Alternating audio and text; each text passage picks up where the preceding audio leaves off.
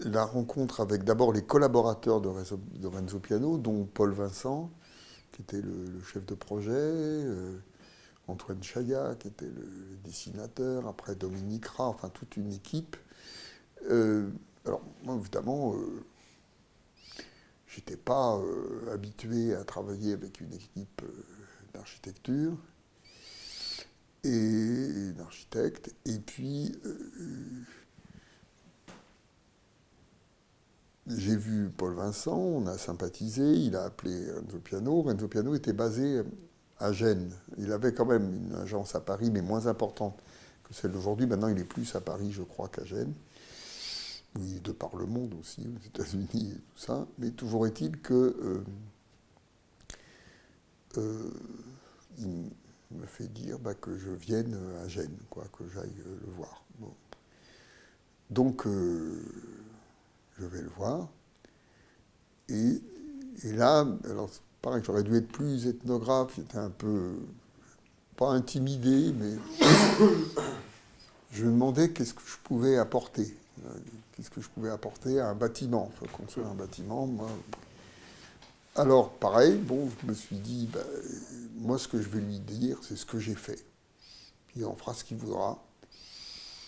Et comme c'est l'espace et tout ça, j'amène des photos de cases, des documents que j'avais, beaucoup de photos. Et puis en lui disant, bon voilà, ce que je sais du monde kanak, c'est à peu près ça, un peu sur l'organisation de l'espace. Et lui m'attendait et il avait demandé à avoir une semaine tranquille. C'est beaucoup pour un architecte comme ça. Et on y va avec Antoine Chaillat, un de ses collaborateurs, qui est un excellent dessinateur d'origine libanaise, donc formidable. Et puis on se retrouve là-bas dans son bureau, je lui projette des diapositives, je lui montre des trucs. Lui, il était allé à Nouméa. Et il était resté une journée sur le site sur lequel devait être construit le centre. Et je lui explique, je raconte, lui il dessine, il dessine, il dessine pendant ce temps-là, avec son feutre vert bien célèbre pour ceux qui travaillent avec lui. Et, et puis il me dit, ouais, on va bien, on va travailler ensemble. Moi je connais rien à cette civilisation, je n'ai jamais travaillé qu'à l'intérieur de la civilisation occidentale. Et après il m'a dit, je ne recommencerai jamais un truc comme Nouméa. Je l'ai fait une fois, mais pas deux. Voilà. Il a trouvé que c'était risqué. Il a risqué un peu. Il s'est fait accuser d'être kitsch, néocolonial, postcolonial. Enfin bon. Et Renzo Piano est certainement un politique fin, comme tous les architectes. Enfin, il a une équipe avec lui pour négocier avec la mairie, avec les municipalités, les régions, les pays et tout ça. Mais là, dans cet espace colonial français, un peu baroque, il faut quand même le dire, c'est dom-tom, ça ne ressemble à rien de connu, il était un peu déstabilisé. Et il avait peur de se planter, en fait. Je crois qu'il a vraiment eu une très grosse inquiétude. Et, et quel était le danger? C'est de faire un Kanakland, c'est-à-dire de reproduire une imagerie culturaliste kanak qu'éventuellement j'aurais pu lui vendre. Bon, moi, je ne lui vends pas ça. Je ne lui propose pas ça. Je lui parle beaucoup de l'histoire coloniale, je parle beaucoup de la destruction de toutes choses, et je lui parle beaucoup de Jean-Marie Tjibaou. D'ailleurs, c'est lui qui me dit, mais donne-moi des livres, des textes à lire de Tjibaou. C'est comme ça qu'après, avec Eric Wittersheim, on publiera les textes de Tjibaou dans un bouquin qui s'appelle La présence kanak. Et donc, je lui parle de ce que je dis, là, essayer de penser la fin du XXe siècle, l'entrée de ces peuples dans une modernité. Alors ça le branche parce que ça le raccorde à sa modernité à lui, à ce qu'il a voulu faire, notamment avec le centre Georges Pompidou, quoi. C'est-à-dire, parce que le centre Beaubourg, là, c'est quand même un défi. Autour, c'est des immeubles parisiens et tout, et il explose tout ça en faisant le contraire. Voilà. Et alors là, il me dit ça, il m'explique. Il me dit, mais là, il faut trouver une continuité dans le changement. Il faut trouver quelque chose qui rappelle, qui soit là. On parle de mémoire de case, il parle de souvenir une société qui est présente comme ça, de façon, comment dire, en profondeur, quoi, voilà, en filigrane, mais en même temps qui se projette dans un autre monde. Je lui parle des événements en Calédonie qu'il ne connaissait pas très, très à l'aise non plus, parce qu'il dit eh ben, je suis italien. Alors je lui dis tu as quand même l'Éthiopie sur l'estomac, qui n'est pas très brillant du côté italien, enfin, c'est à l'époque de Mussolini, mais il se sentait pas redevable de la colonisation française. J'essaye de lui dire, puis je lui dis, vraiment, très franchement, je dis, tu vois, j'ai beaucoup lutté, etc. Je pense que les Kanaks sont arrivés à quand même, ils ont gagné leur pari d'insurrection, ils sont sortis, bon, ils ont perdu des gens, Chimbaou, Machoro et beaucoup d'autres, mais ils ont gagné une reconnaissance sur le terrain, voilà. Et ils ont gagné leur région, leur province, et puis maintenant la possibilité de construire ce centre. Donc il faut que ce soit présent, ça. Il faut que ce soit présent, il faut que quand on voit le bâtiment, on sache que c'est un bâtiment kanak. Donc il faut faire un truc identitaire, et en même temps, qu'il ne soit pas enfermé, on ne va pas faire une vieille case avec des plantes comme l'hibiscus là, qui pousse là, tout doucement. On ne va pas reconstituer une tribu, une chefferie kanak à la porte de Nouméa, mais il faut qu'il y ait la mémoire de ça. On appelait ça mémoire d'avenir. Alors, il était marrant, c'est trouvé toujours des expressions assez cocasses comme ça.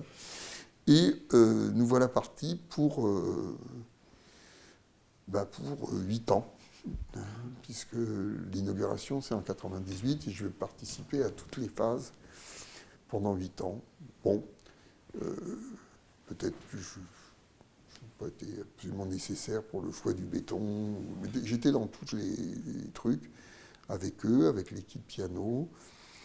J'aurais dû prendre plus de notes, j'aurais dû davantage... mais c'est pas fini. J'ai fait un bouquin,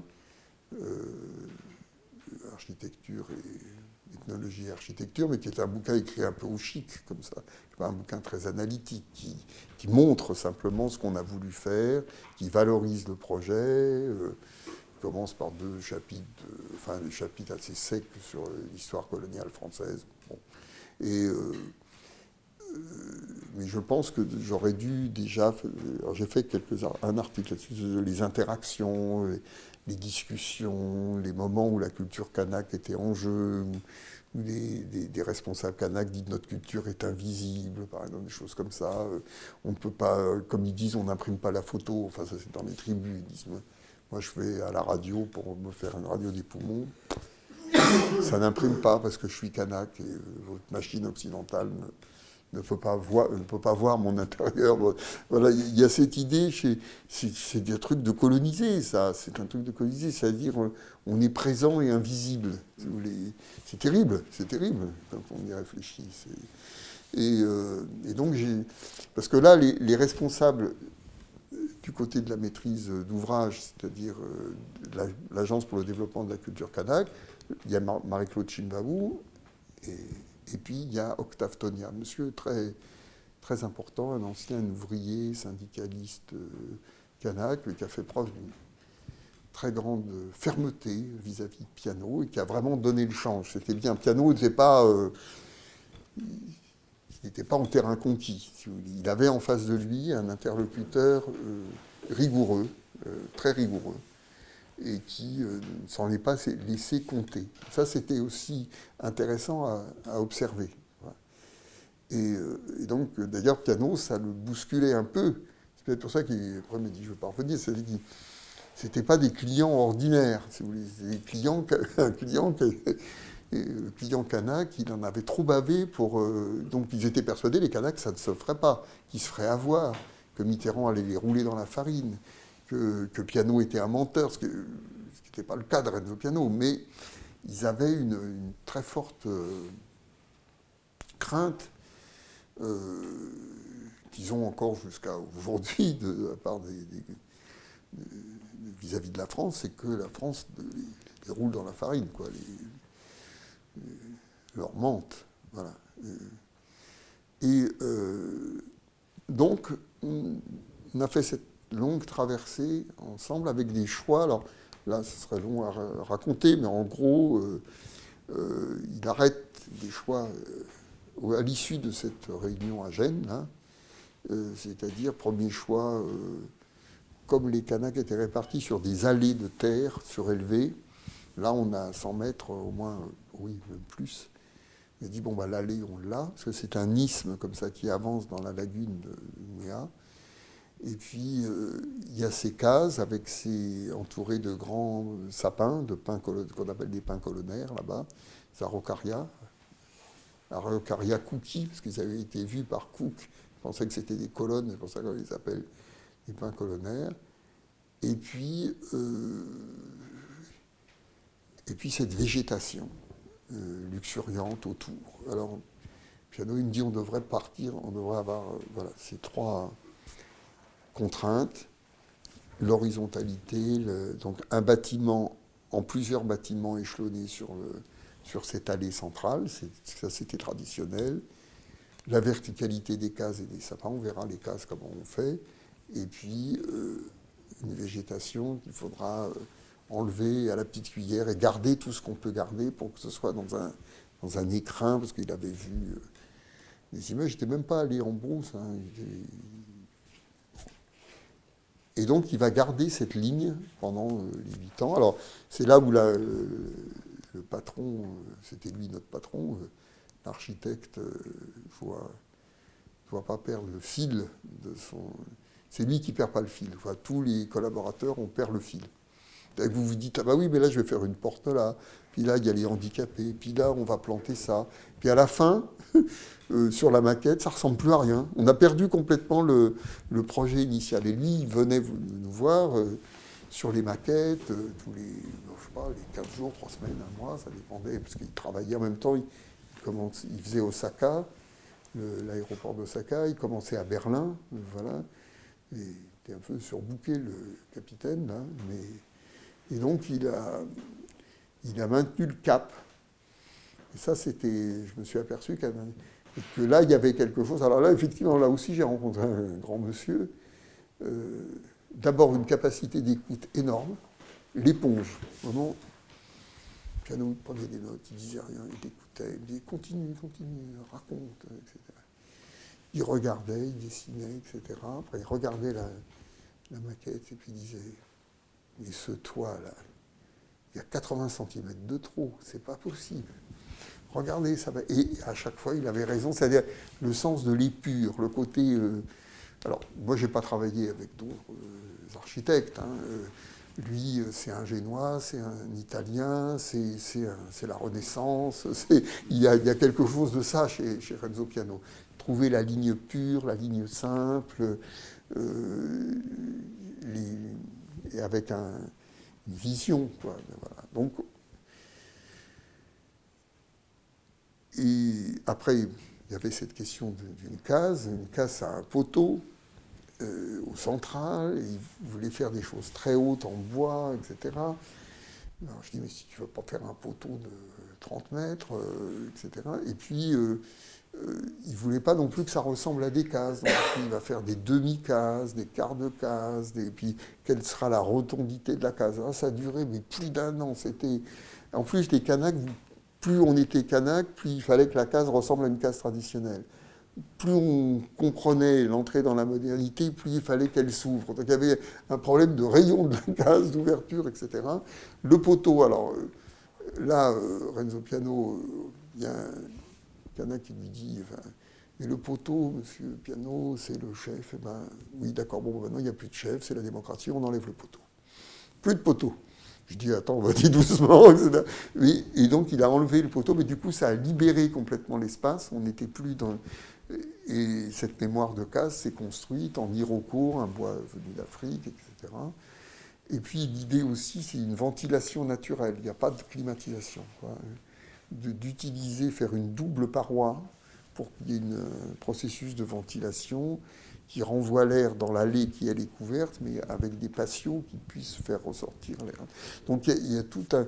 Alors j'étais épaté par la high-tech, le côté hyper, hyper sophistiqué, en plus avec des nacos, là, des volets de verre qu'il fallait ouvrir, fermer, etc.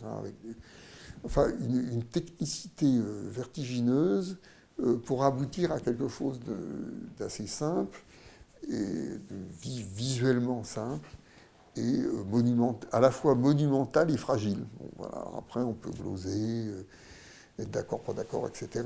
Mais bon, moi, j'ai eu cette expérience-là de transposition d'un savoir ethnologique. Là, j'ai écrit plusieurs textes là-dessus, dans un dessin. Voilà. Alors, ça n'a rien à voir avec un bouquin. Alors, il y a eu quand même le jardin autour, le parc, si vous voulez. Donc, elle m'a dit, ah bah, c'est toi qui prends l'eau du parc. Et alors, avec Michel Desvignes, on a fait ça. Enfin, au début, non. Parce que moi, j'avais fait une espèce de parc botanique. C'est ça, les savants, ils sont toujours en train de classer les trucs. Et puis j'avais complètement oublié le bâtiment. Donc le parc, c'était comme un jardin botanique à côté, avec toutes les plantes canaques. On a dit, non, d'abord, le parc, il fait partie du bâtiment, donc il faut que ce soit calpiné dessus, calé dessus, voilà. Et puis, deux, tu ne vas pas faire un jardin botanique.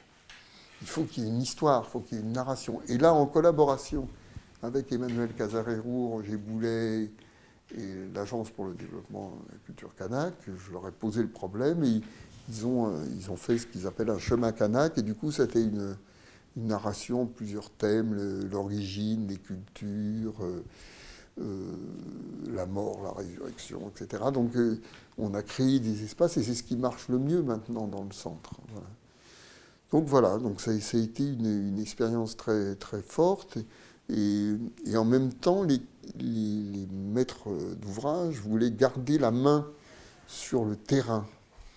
Donc ils ont demandé, il y a toute une zone du terrain où ils ont fait construire des cases traditionnelles qu'ils ont construit eux-mêmes, et en disant l'âme du centre, c'est là. Piano, c'est un invité. Et quand on a fait l'inauguration, on n'a pas fait dans le centre piano, on a fait dans cet espace qui est au pied du centre. Et donc il y avait le maintien de cette rivalité politique, de cette autorité politique. Là, Piano n'était pas très content. Il dit, j'inaugure un centre, il était avec Jospin, il y a des coutumes, des échanges coutumiers qui n'en finissent pas sur votre ère dite coutumière. Mais les autres tenaient absolument à... On voit, là j'ai compris aussi que quand on passe à la deuxième phase de la lutte anticoloniale, c'est-à-dire quand les colonisés ont du pouvoir, ils exercent ce pouvoir jusqu'au bout de ce qu'ils peuvent faire. Voilà. Et qu'ils ne veulent plus se laisser marcher sur les pieds, commander, etc. Or, le réflexe de l'Européen, moi-même compris éventuellement, c'est d'imposer son point de vue, si vous voulez. Or là, il faut apprendre à en rabattre et à laisser les autochtones eux-mêmes se penser ce qu'on leur a donné, quoi, plutôt que de leur dire, ah, mais non, on leur donne un truc, et puis après on leur dit, mais c'est comme ça que ça doit marcher. Non, voilà. Donc cette période est ici, pour moi, une expérience de la montée en puissance du pouvoir kanak, de la montée en puissance de la réflexion kanak sur son avenir, et le bâtiment. Alors en plus, le bâtiment avait dans cette espèce d'utopie qu'il développe, devient un grand bâtiment océanien. C'est-à-dire qu'il dépasse le cadre kanak proprement dit, il s'inspire un peu à la fois des cases, des maisons cérémonielles de Papouasie-Nouvelle-Guinée, avec ses grands toits pointus, et en même temps de l'opéra de Sydney, hein, mais lequel s'inspire du coquillage, de l'ogive, là je l'ai revu récemment. Et donc on voit bien, alors là l'intelligence de Piano aussi, c'est de s'inscrire tout de suite dans l'œuvre architecturale monumentale et de toute beauté qu'est l'opéra de Sydney. C'est-à-dire de se penser à la fois dedans et dehors. Et d'ailleurs, Renzo avait le souci que ce centre Timbaou soit en harmonie avec le reste de son œuvre. C'est-à-dire que ce soit du piano partout, quoi. Que ce soit bien, et pas se laisser distraire. Et ça, c'était... j'ai appris ça, quoi. Alors évidemment, c'est un enrichissement de la réflexion. J'ai fait des conférences. Je ne pense pas que je sois allé au bout de la réflexion. Patrick Bouchin m'avait demandé suggéré de refaire un bouquin plus serré. Peut-être qu'il faudrait que je reprenne ça, de rediscuter avec Renzo Piano éventuellement. Mais ethnologie, architecture, ça nécessite une approche aussi théorique, peut-être plus forte. Mais enfin, bon, j'ai fait ça en faisant beaucoup d'allers-retours entre Paris et Nouméa. Et dans le même temps, j'ai continué avec mes textes, mes traductions, mes enseignements, l'école des hautes études, et toujours cette réflexion sur la transformation du monde social et sur la nécessité de faire l'ethnographie de son ethnographie, quoi, de faire l'anthropologie de son ethnographie, de se voir soi-même, de se relativiser. Pour moi, c'est ça la grande différence avec des anthropologues avec le reste de l'humanité, c'est qu'ils se relativisent.